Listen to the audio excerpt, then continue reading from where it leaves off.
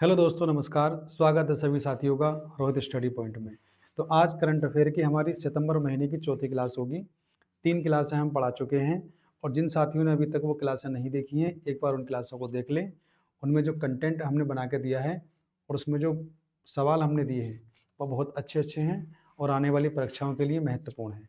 तो सभी साथी पहले वो 3 वीडियो देख लें और चौथी वीडियो आज हम शुरू करने वाले हैं। तो आज का हमारा पहला सवाल है।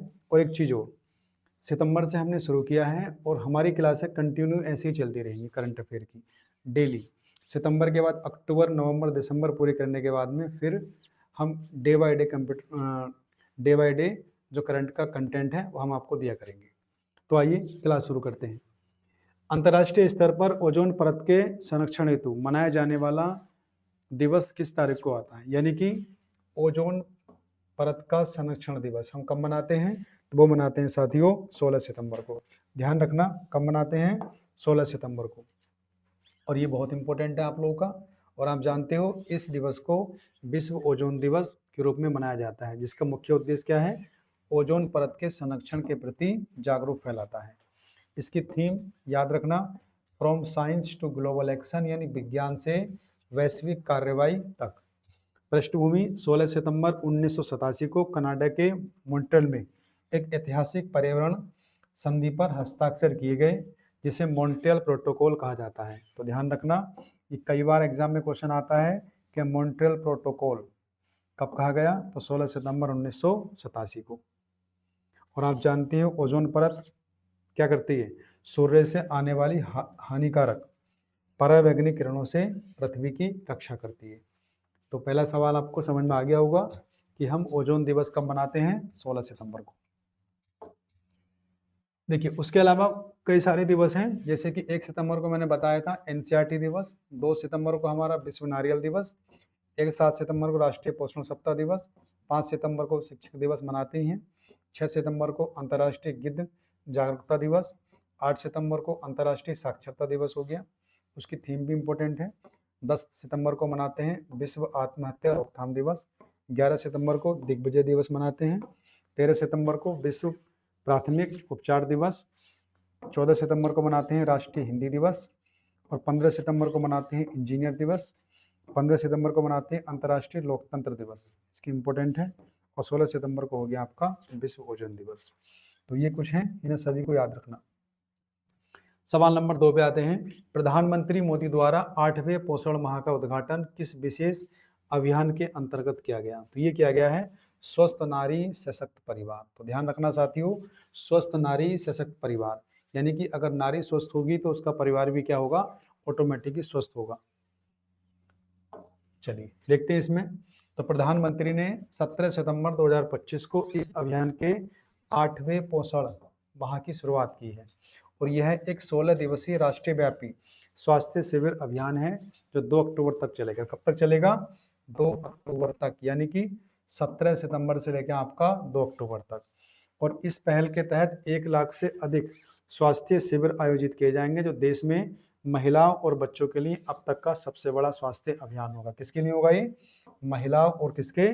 बच्चों के लिए साथियों, ध्यान रखना। और यह स्वास्थ्य एवं परिवार कल्याण मंत्रालय और महिला बाल विकास मंत्रालय का संयुक्त प्रयास है।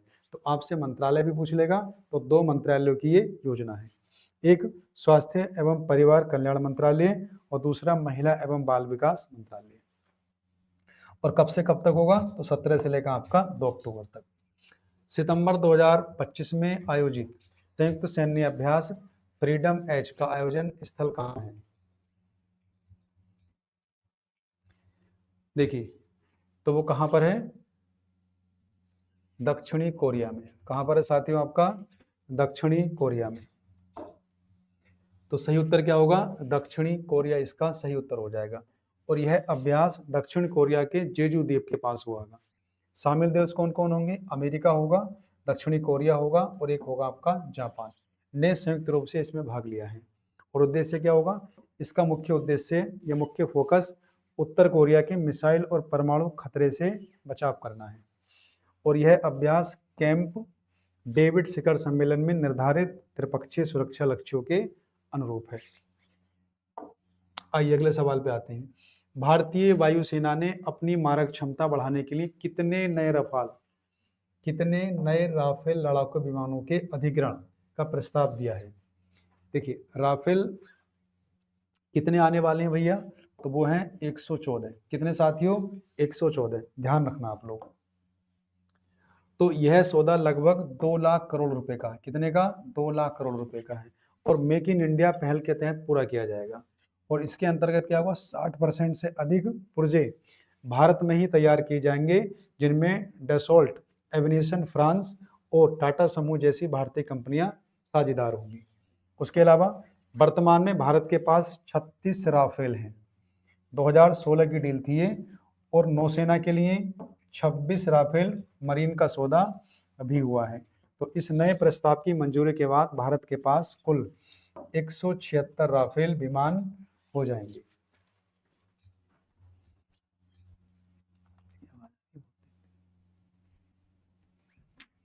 चलिए अगले सवाल पे आते हैं।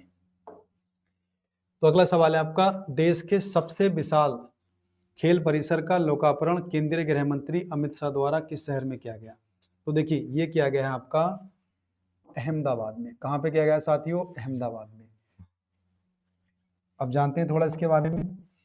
तो स्थान क्या होगा आपका? नरनपुरा, अहमदाबाद। उद्घाटन तिथि क्या है?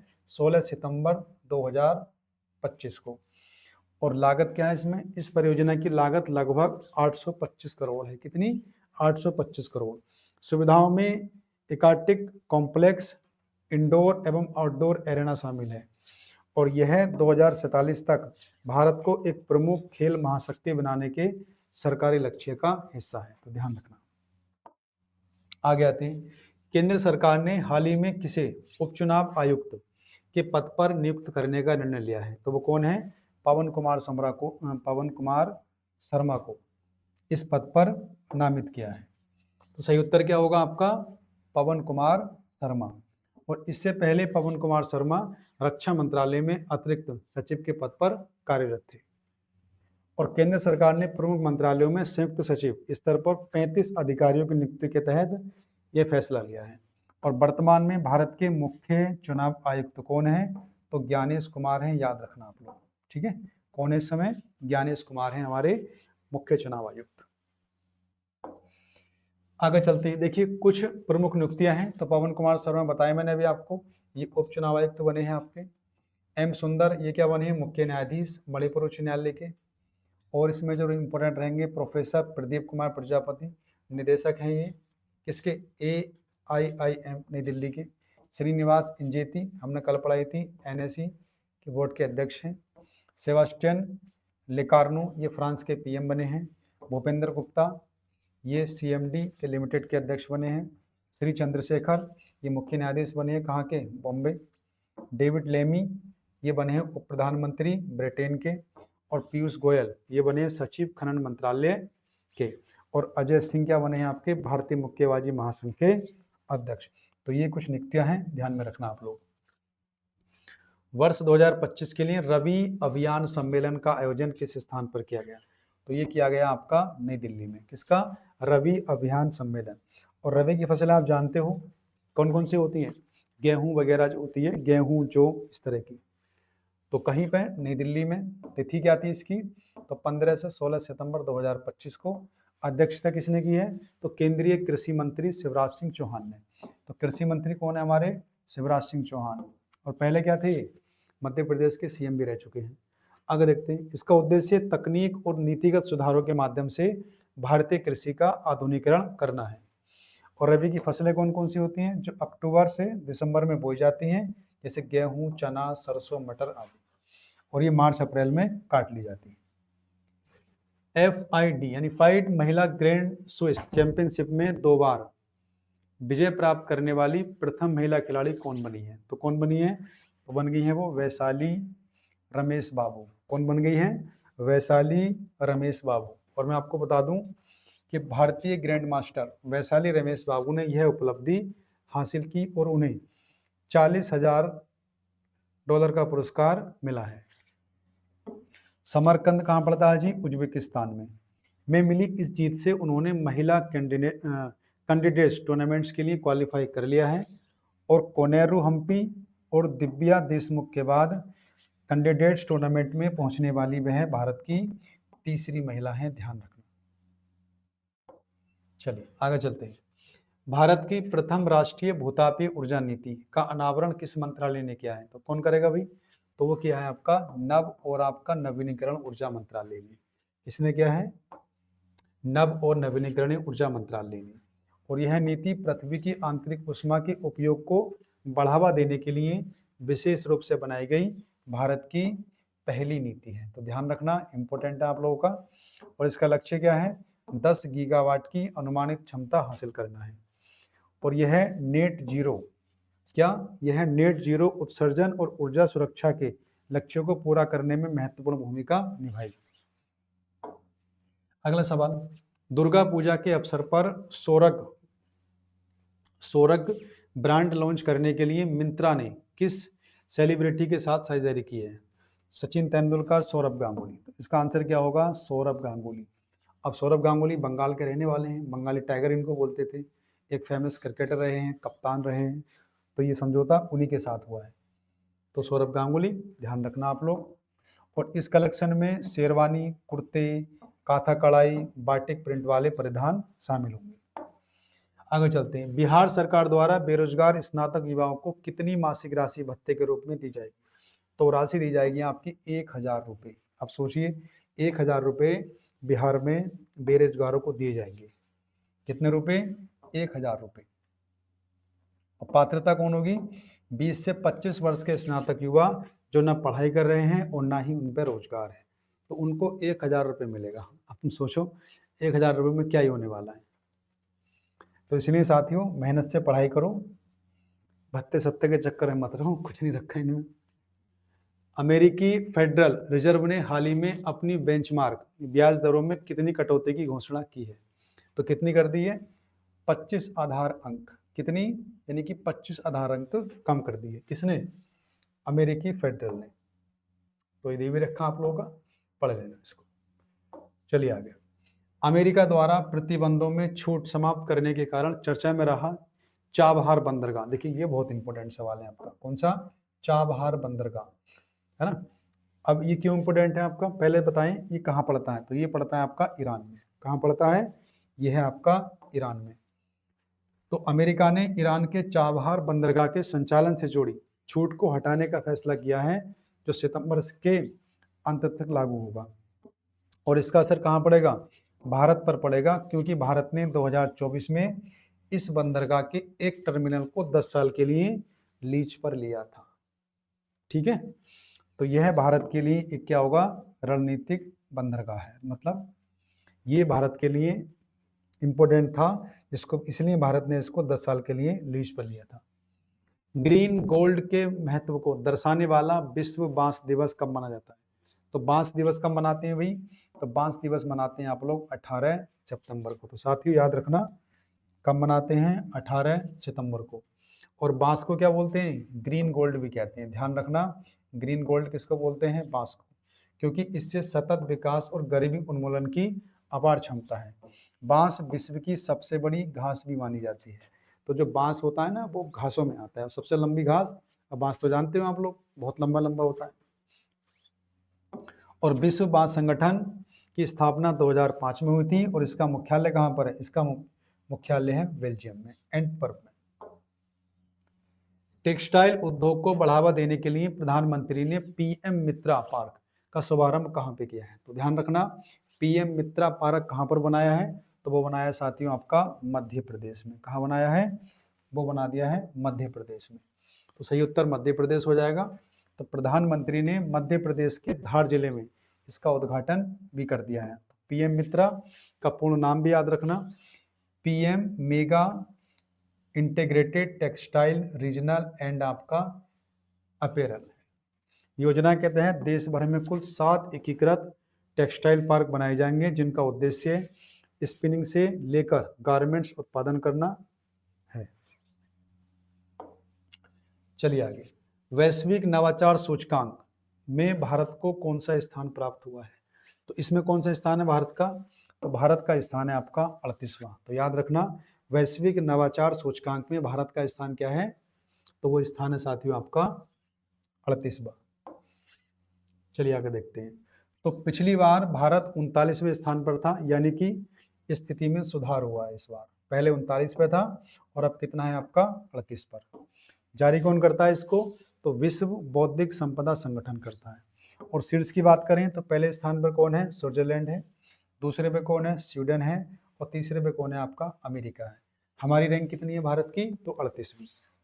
और भारत बाजार परिपक्वता में 38वें नंबर पे है, लेकिन ज्ञान और तकनीकी में हम कौन से नंबर पे हैं? 22वें नंबर पे हैं, ध्यान रखना। उसके अलावा देखिए कुछ और इंपॉर्टेंट हमारे सूचकांक हैं जिन्हें हमें याद रखना है। सबसे पहले ग्लोबल यूनिकॉर्न इंडेक्स 2025 कौन सा स्थान है हमारा? तो हमारा स्थान है तीसरा। कौन सा स्थान है हमारा साथियों? तीसरा। बात करें IAE रिपोर्ट यानी कि विद्युत उत्पादन में हमारा स्थान भी तीसरा। जलवायु परिवर्तन सूचकांक में हमारा स्थान कौन सा है? 10वां। वैश्विक नवाचार सूचकांक में हमारे स्थान पड़ चुके हैं 38वां है। वैश्विक प्रतिस्पर्धात्मक सूचकांक में कौन सा स्थान है हमारा? तो है 41वां, 41 याद रखना। विश्व प्रतिभा सूचकांक में हमारा स्थान है 63। एनर्जी ट्रांसैक्शन इंडेक्स में स्थान है हमारा 71वां।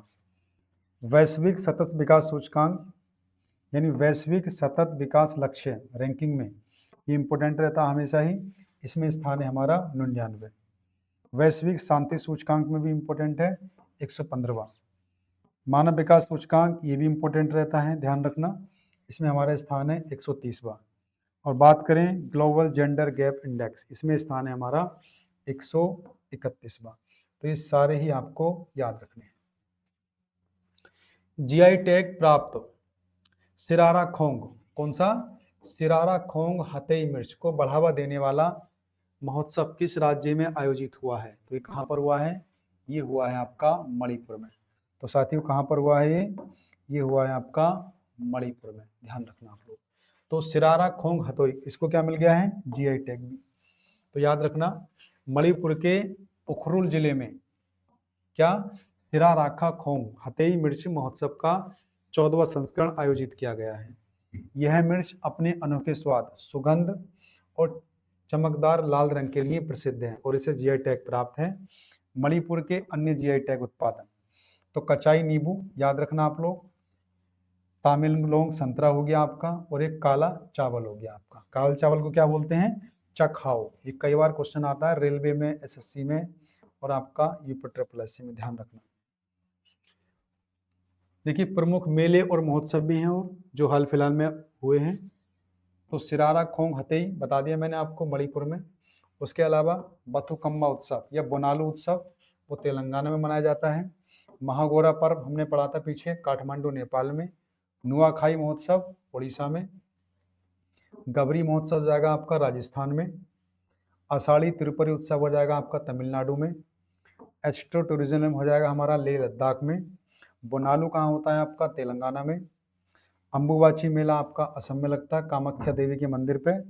और नट्टावाडी महोत्सव ये होता है आपका केरल में। तो इसमें कुछ इंपॉर्टेंट हैं और कुछ आपके बहुत ज़्यादा इंपॉर्टेंट है। आगे आ जाइए। घरेलू क्रिकेट टूर्नामेंट दिलीप ट्रॉफी 2025 का विजेता कौन सा जोन बना है? देखिए क्रिकेट की कई ट्रॉफियां होती हैं जो हमारे भारत में खेली जाती हैं, तो उनमें से एक ट्रॉफी आपकी कौन सी है? ये दिलीप ट्रॉफी है। कौन सी? दिलीप ट्रॉफी है। तो उसका विजेता कौन बना है? Centre zone. कौन बना है साथियों? सेंटर जोन, ध्यान रखना। अब इसमें एक व्यक्ति हैं, सेंटर जोन ने फाइनल में साउथ जोन को 6 विकेट से हराकर यह खिताब जीत लिया और यह सेंटर जोन का क्या है? 7वां खिताब है, ध्यान रखना। और उन्होंने 21 साल बाद ये खिताब जीता है। इससे पहले वे 2014-15 में जीते थे, उसके बाद इन्होंने अब आके जीता है 2025 में। और मैं आपको बता दूं इसके विजेता कप्तान कौन है? रजत पाटीदार। और जानते हैं उनको? ये क्या है? RCB के भी कैप्टन थे। जो बेंगलोर जीता है ना इस बार, वो RCB कप्तान वही थे आपके। और प्लेयर ऑफ द मैच कौन थे आपके? तो यश राठौर। आगे देखते हैं कुछ अन्य। देखो रणजी ट्रॉफी की बात करेंगे तो विजेता कौन था? विदर्भ। विजय हजारे ट्रॉफी की बात करेंगे विजेता कौन था? कर्नाटक। 24-25 के हैं सारे। सैयद मुश्ताक अली ट्रॉफी का विजेता कौन है? मुंबई। ईरानी कप के विजेता कौन है? मुंबई। और दिलीप ट्रॉफी के हैं आपके सेंट्रल जोन। आगे चलते हैं। यूनेस्को की संभावित विश्व धरोहर सूची में भारत के कितने नए स्थानों में स्थान मिला है? यूनेस्को में हर साल कुछ ना कुछ स्थान जुड़ते रहते हैं, तो इस बार कितने? 7 होने की उम्मीद है। कितने साथियों? 7। तो ध्यान रखना 7 स्थान। तो सितंबर 2025 में भारत ने 7 नए स्थानों को इस सूची में जोड़ा है। अब कुल संभावित सूची में 69 स्थल हो गए हैं। ये सितंबर की बात है, यानी कि 20 सितंबर के आसपास तक 69 स्थल हो गए हैं। प्रमुख नए स्थल में कौन है? डेक्कन ट्रैम्प महाराष्ट्र का, सेंट मैरीज द्वीप कर्नाटक का, और मेघालय युग की गुफाएं मेघालय हो गया आपका, और एरामट्टी डिबाल यह है आपका आंध्र प्रदेश का। तो 3 तो बहुत इंपॉर्टेंट है, डेक्कन ट्रैप्स महाराष्ट्र का, सेंट मैरीज द्वीप कर्नाटक का, और एक एरामट्टी डिबाल आंध्र प्रदेश का। और यूनेस्को का मुख्यालय कहाँ पर है आपका? पेरिस में है। ध्यान रखना आप लोग। देखिए सवाल नंबर 20 आता है। भारतीय नौसेना में शामिल किए गए INS अंद्रोस का निर्माण किस संस्था द्वारा किया गया है? तो ये किया गया है GRSE कोलकाता के द्वारा। किसके द्वारा किया गया है? GRS कोलकाता के द्वारा सॉरी। तो GRSE कोलकाता के द्वारा किया गया है। और यह है दूसरा स्वदेशी पनडुब्बी रोधी युद्धक पोत है। इसका नाम लक्षद्वीप द्वीप समूह के अंद्रोथ द्वीप के नाम पर रखा गया है। और इस श्रृंखला का पहला पोत INS क्या था? अरनाला था, जिसे पहले ही नौसेना में शामिल किया जा चुका है। ठीक है साथियों, चलते हैं आगे। तिरुपति में आयोजित महिला सशक्तिकरण सम्मेलन का शुभारंभ किसने किया है? तिरुपति में तो किसने किया है? ओम बिड़ला। जानते हो ओम बिड़ला कौन है? लोकसभा के अध्यक्ष हैं, तो उन्होंने किया है। तो लोकसभा अध्यक्ष ओम बिड़ला ने 14 सितंबर 2025 को आंध्र प्रदेश के तिरुपति में इसका उद्घाटन किया है। और यह सम्मेलन विधायी निकायों की समितियों का एक राष्ट्रीय सम्मेलन था। और सम्मेलन में महिलाओं के स्वास्थ्य, उनकी शिक्षा, कौशल और उद्यमिता में निवेश को बढ़ाने का जोर दिया है। 5वें अखिल भारतीय राजभाषा सम्मेलन का आयोजन गृह मंत्री अमित शाह द्वारा कहाँ किया गया? तो ये किया गया साथियों आपका गांधीनगर आपका गुजरात में। कहाँ किया गया है? गांधीनगर गुजरात में किया गया। और इस सम्मेलन का उद्घाटन भी गृह मंत्री अमित शाह जी ने किया है। सम्मेलन का लक्ष्य क्या है? हिंदी और क्षेत्रीय भाषाओं के बीच समन्वय को बढ़ाना है। प्रमुख घोषणा की बात करें तो सारथी प्लेटफॉर्म और हिंदी शब्द सिंधु कोष का शुभारंभ किया गया है। तो पूछ लेगा आप लोगों से, सारथी प्लेटफॉर्म और हिंदी शब्द सिंधु कोष का शुभारंभ कब किया गया है? तो याद रखना आप लोग, इस सम्मेलन में किया गया है। आगे चलते हैं। छात्राओं को वित्तीय सहायता देने वाली नमो लक्ष्मी और नमो सरस्वती योजनाएं किस राज्य से संबंधित हैं? तो ये संबंधित है आपकी गुजरात राज्य से। कौन कौन सी स्कीम है? तो नमो लक्ष्मी याद रखना, और नमो सरस्वती योजनाएं संबंधित है आपकी किससे? गुजरात से। अब गुजरात के CM कौन है? तो आप जानते हो, मुख्यमंत्री वहां के हैं भूपेंद्र पटेल की सरकार ने छात्रों को वित्तीय सहायता वितरित की है। और नमो लक्ष्मी योजना के अंदर क्या है? कक्षा 9 से 12 की छात्राओं को 4 वर्षों में कितनी राशि मिलेगी आपकी? 50,000। और नमो सरस्वती योजना में कक्षा 11 से 12 में विज्ञान विषय लेने वाले छात्रों को मिलेंगे आपके 25,000 रुपये। तो ध्यान रखना आप लोग साथियों। तो नमो लक्ष्मी योजना 9 से 12 के लिए है 50,000, और नमो सरस्वती योजना कक्षा 11 से 12 में 25,000। आगे चलते हैं। विश्व रोगी सुरक्षा दिवस हाल ही में किस तिथि को मनाया गया? तो ये मनाया गया है 17 सितंबर को। विश्व रोगी सुरक्षा दिवस हम कब मनाते हैं? तो ये मनाया है 17 सितंबर को। ध्यान रखना। और थीम क्या है इसकी? Safe care for every newborn and every child. हर नवजात और हर बच्चे के लिए सुरक्षित देखभाल, ये इसकी थीम है। याद रखना आप लोग। और इस दिवस का उद्देश्य रोगी सुरक्षा के प्रति वैश्विक जन जागरूकता बढ़ाना है। इस दिवस की शुरुआत कब हुई थी आपकी? 2019 में। तो याद रखना। महाराष्ट्र राज्य के नए राज्यपाल के रूप में किसने शपथ ली है? तो मैंने तुम्हें कल भी बताया था, तो वो है आपके आचार्य देवव्रत। इससे पहले गुजरात के भी रह चुके हैं ये, तो आचार्य देवव्रत। तो 15 सितंबर 2025 को उन्होंने महाराष्ट्र के राज्यपाल का पदभार संभाला है। उन्हें बॉम्बे हाईकोर्ट के मुख्य न्यायाधीश ने शपथ दिलाई, और यह पद सीपी राधाकृष्णन, जो क्या बन गए हैं भाई, उपराष्ट्रीय बनने के बाद रिक्त हुआ है। आचार्य देवव्रत इससे पहले गुजरात और वही हिमाचल प्रदेश के राज्यपाल रह चुके हैं। और उपराष्ट्रपति कौन बने हैं? राधाकृष्णन। इनके बारे में कल बात की थी हमने, और कौन से नंबर के बने हैं? तो ये बने हैं 15वें उपराष्ट्रपति भारत के। तो साथियों, आज की हमारी क्लास यही समाप्त हुई। वीडियो सही लगी हो तो लाइक करना, अपने साथियों में शेयर करना, और हमारे चैनल रोहित स्टडी पॉइंट को सब्सक्राइब कर लीजिए आप लोग, और हमारा एप्लीकेशन रोहित स्टडी पॉइंट को डाउनलोड कीजिए, क्योंकि हमारी सारी PDF आपको वहीं मिलेंगी रोहित स्टडी पॉइंट पर।